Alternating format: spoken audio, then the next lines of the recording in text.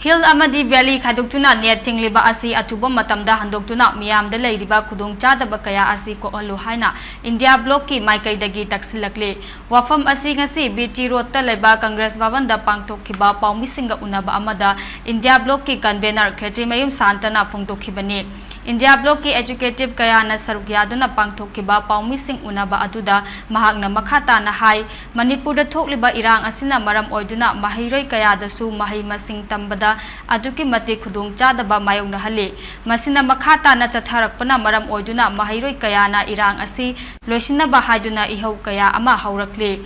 masida tear gas kaya kapsinduna mahairoi kaya asok apan nang hanba haibasi taseng na laibak thibani trairak asida net thingjinduna mahairoi kaya na internet ki khuthangdagi anobag gyan loksing kaya tansingada ba asida net yadabana maram oiduna mahairoi singdana tana ana ayek yaurokpada Yarapa matamda aduki mati khudong chadaba mayong na hali.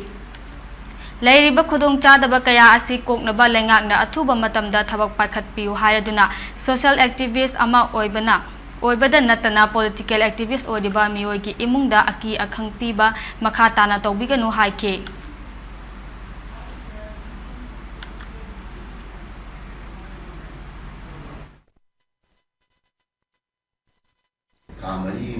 Anja kapsimba masih usul kena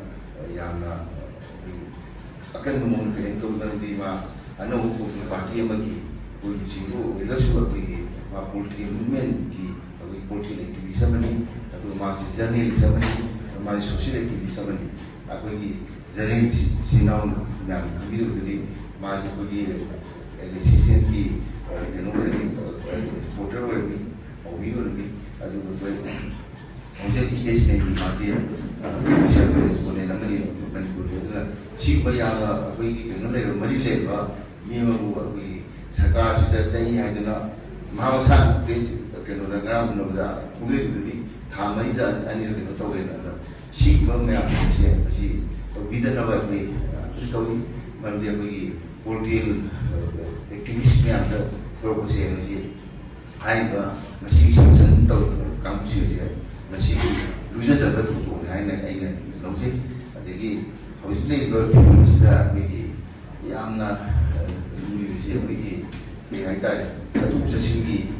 matamda yang mau hari tadi.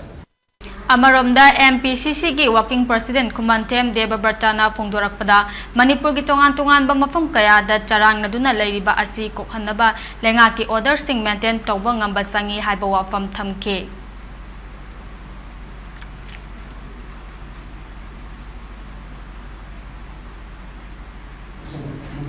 Crisis kita pakai nu solve tu kan? Internet kumba king besi tawai deh, jika macam tadi king macam apa kita coba pelai boleh besi, mi bu internet tu hanba, amal samnan ba, adoga.